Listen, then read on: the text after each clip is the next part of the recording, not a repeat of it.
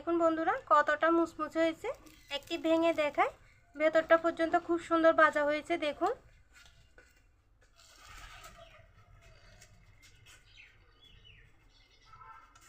দারুণ হয়েছে বন্ধুরা।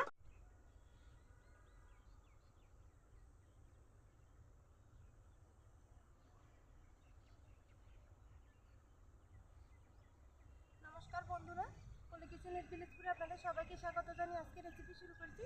আর দেখুন কি সুন্দর মূলা ফুল হয়েছে। আজকে এই মূলা ফুলগুলো তুলে মূলা ফুলের পকোড়া বানিয়ে আপনাদেরকে দেখাবো। প্লিজ বন্ধুরা অবশ্যই পুরো ভিডিওটি দেখবেন, আশা করি ভালো লাগবে। দেখুন বন্ধুরা মূলা ফুলগুলো দেখতে কতটা সুন্দর লাগছে, তো এগুলো তুলে নিব। দেখুন আমি কিভাবে তুলে নিচ্ছি, এভাবে।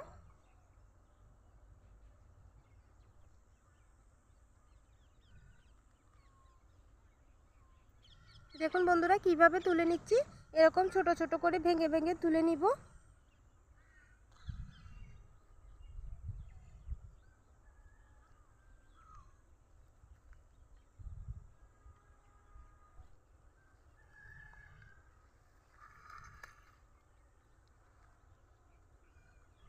বন্ধুরা মূলা ফুলগুলো দেখতে এত সুন্দর লাগছে যে দেখে যেন মন প্রাণ জুড়িয়ে যাচ্ছে একদম।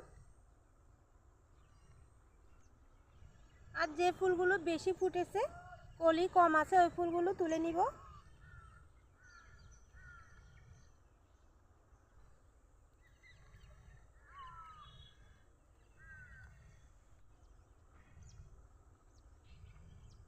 বন্ধুরা অনেকগুলো মূলা ফুল তুলে নিয়েছি, এখন চলে যাব রান্নাঘরে।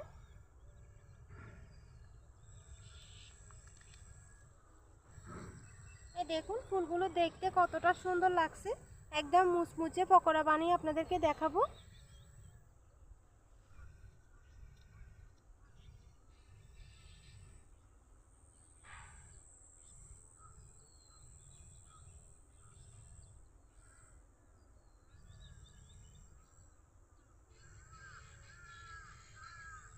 বন্ধুরা দেখুন মূলা ফুল তুলে নিয়ে চলে এসেছি রান্নাঘরে, আর সব কিছু গুছিয়ে নিয়েছি।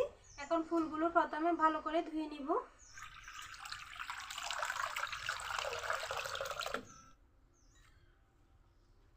আলতো হাতে ধুয়ে নিতে হবে, খুব বেশি কষলিয়ে কষলিয়ে ধুতে গেলে ফুলগুলো একদম নেতিয়ে যাবে।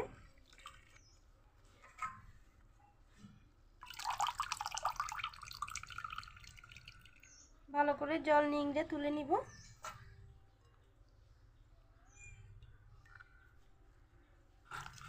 এই মূলা ফুলগুলো দেখতে যেমন সুন্দর, খেতেও কিন্তু ভীষণ ভালো লাগে।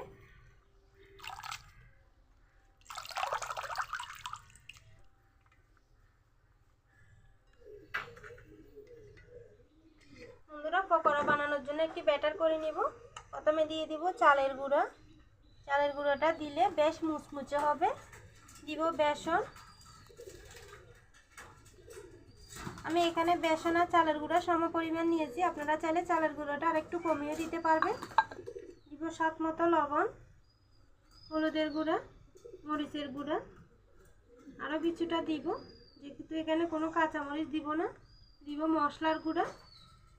একদম অল্প উপকরণে বানানো যায় এই পকোড়া। অল্প অল্প জল দিয়ে একটি থকথকে ব্যাটার করে নিব।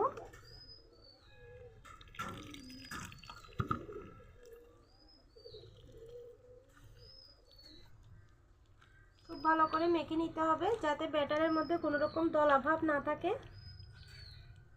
দেখুন বন্ধুরা ব্যাটারটা ঠিক এরকম হবে, থকথকে, খুব বেশি ঘনও নয় আবার খুব বেশি পাতলাও নয়। আপনারা দেখলে বুঝতে পারবেন। এই দেখুন আমার ব্যাটার একদম রেডি। এখন চুলা ধরিয়ে পকোড়া ভেজে দেখাবো। বন্ধুরা ফুলগুলো তো গুছিয়ে নিতে হবে, তো আমি চুলা ধরানোর আগে ফুলগুলো একটু গুছিয়ে সাজিয়ে নিব, তাহলে পরে পকোড়াগুলো বানাতে অনেকটা সুবিধা হবে। একটি পকোড়ার মধ্যে 5টি করে ফুল দিব, সেজন্য এভাবে ভাঁজ করে নিব। এই দেখুন এভাবে গুছিয়ে নিব, তাহলে পকোড়া ভাজতে অনেক সুবিধা হবে।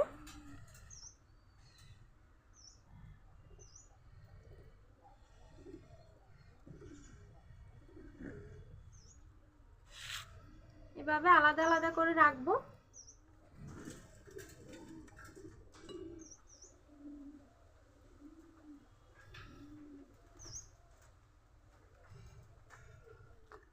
দেখুন ফুলগুলো এভাবে গুছিয়ে আমি সাজিয়ে নিয়েছি।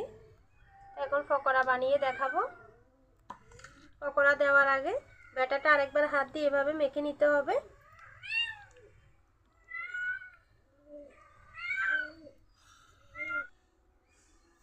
তো সাজিয়ে রাখা ফুলগুলো থেকে এভাবে নিয়ে ব্যাটারে ডুবিয়ে তেলের মধ্যে দিয়ে দিব।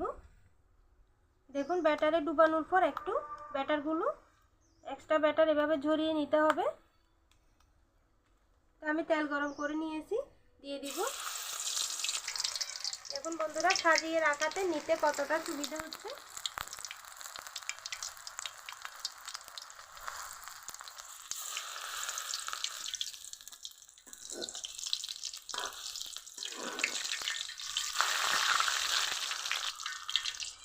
আস্তে একটু বেশি করেছে বলে প্রথমটা পুড়ে গেছে। তেল ভালো করে গরম করে অল্প অল্প আগ দিয়ে ভেজে নিতে হবে, তাহলে পকোড়াগুলো খুব মুচমুচে হবে। ভাজা হয়ে গেছে, তুলে নিব।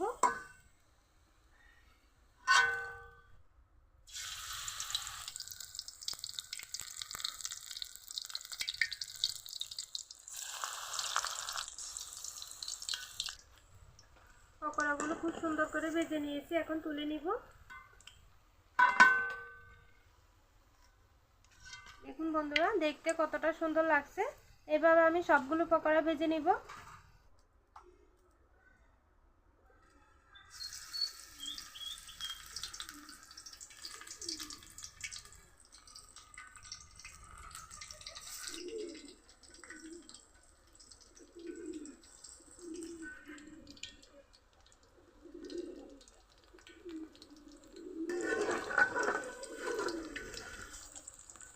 সবগুলো পকোড়া ভেজে নিয়েছি, আর দেখতে কতটা সুন্দর লাগছে দেখুন, একদম মুচমুচে পকোড়া।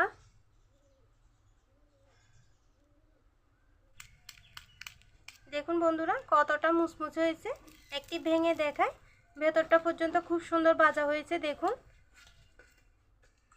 তো আমি একটি খেয়ে দেখি। বন্ধুরা এই পকোড়াগুলো গরম ডাল ভাতের সাথে খাওয়া যাবে, এমনিতেও খাওয়া যাবে, তবে সস দিয়ে খেতে আরও বেশি ভালো লাগে। তো আমি সস দিয়ে খেয়ে দেখি খেতে কেমন লাগে।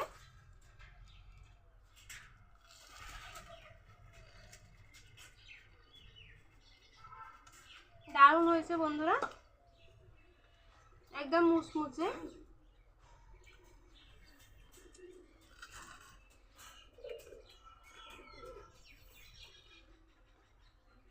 চালের গুঁড়োটা একটু বাড়িয়ে দিলে এরকম মুচমুচে হবে পকোড়া, খেতেও ভালো লাগবে।